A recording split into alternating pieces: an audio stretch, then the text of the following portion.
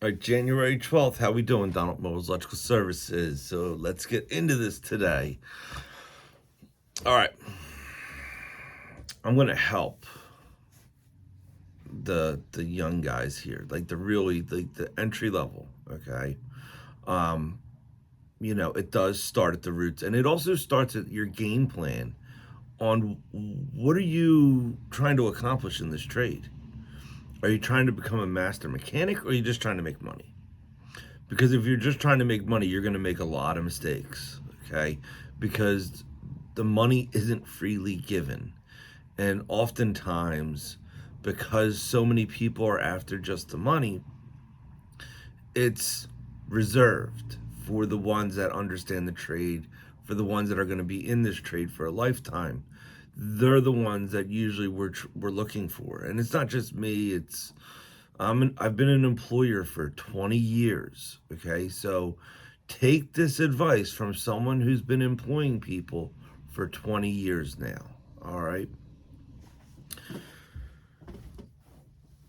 If you are young in the trade and you're trying to get your foot in the door, okay, even if you went to electrical school, all right, stop looking for the most pay.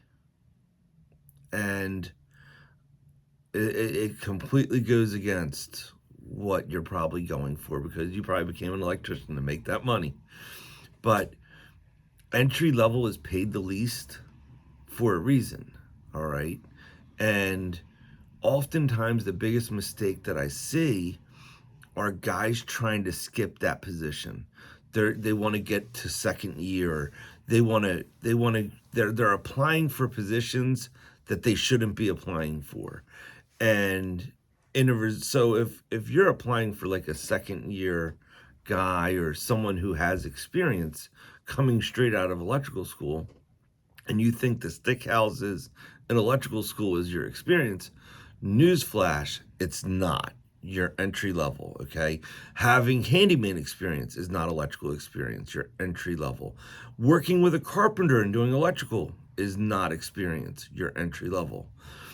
Experience means you went and to an electrical company from entry level, like 0 hours on the job, and you've been trained by electricians with electrical training, like a program, all right?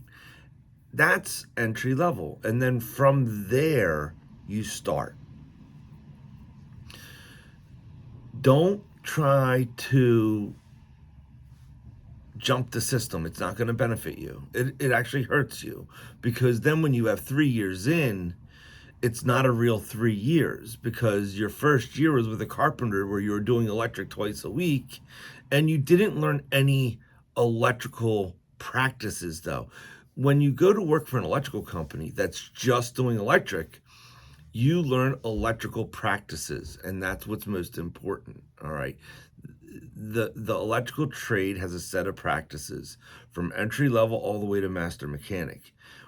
If you're gonna be an electrician for the rest of your life, you need to learn these practices, okay? So entry level, we understand you know nothing.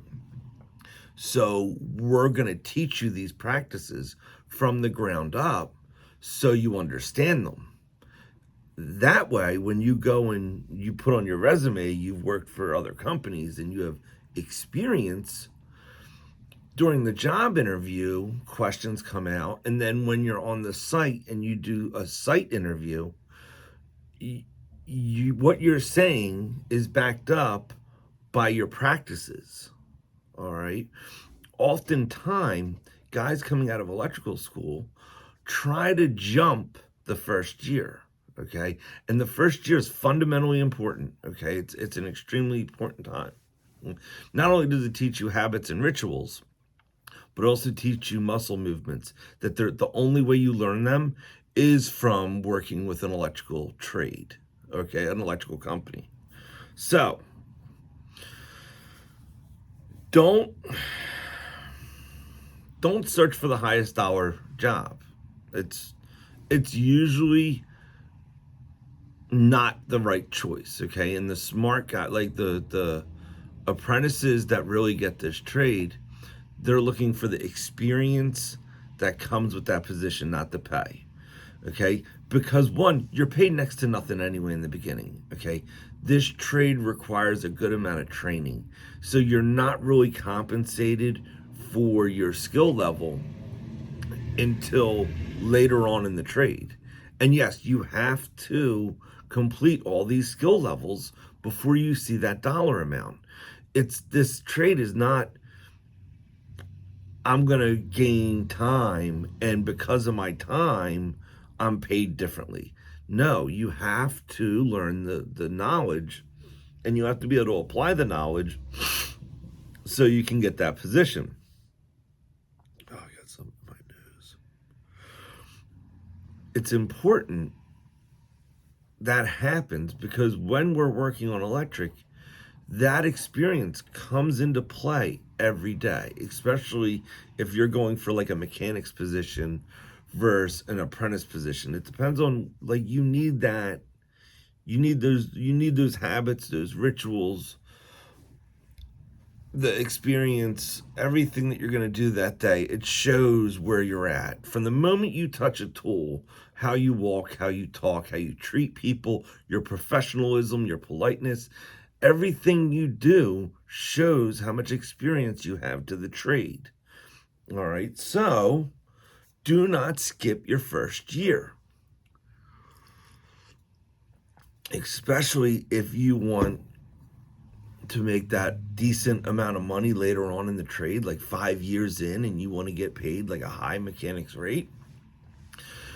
Like a 5th year mechanic or like 5-year apprentice where you're verging on mechanic, if you did your first 4 years correctly, that 5th year, money's going to rain down on you.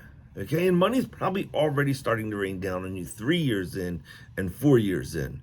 All right, so it's not like it's just ending up at the 5th, but if you don't have a correct first, a correct second, and a correct third, you are going to be fighting your whole life, fighting, because what was taught during those first 3 years, you jumped and you skipped and you thought you could move on to, and you faked it till you made it. It doesn't work. This trade has a way of putting people exactly where they're worth. No matter where you go in the trade, you can't outrun it. All right.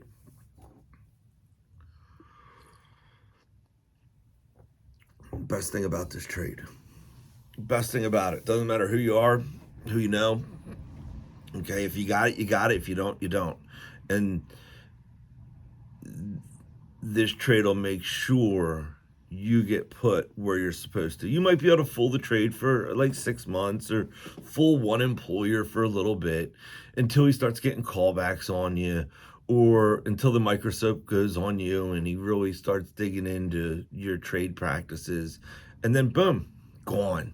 And it shows on your resume. Okay, you can tell based on some resumes where people are at. Some not, some lie on their resume. Okay, but if you can get into an employment history and you get their employment background, that 3-month employment stints at companies is never good.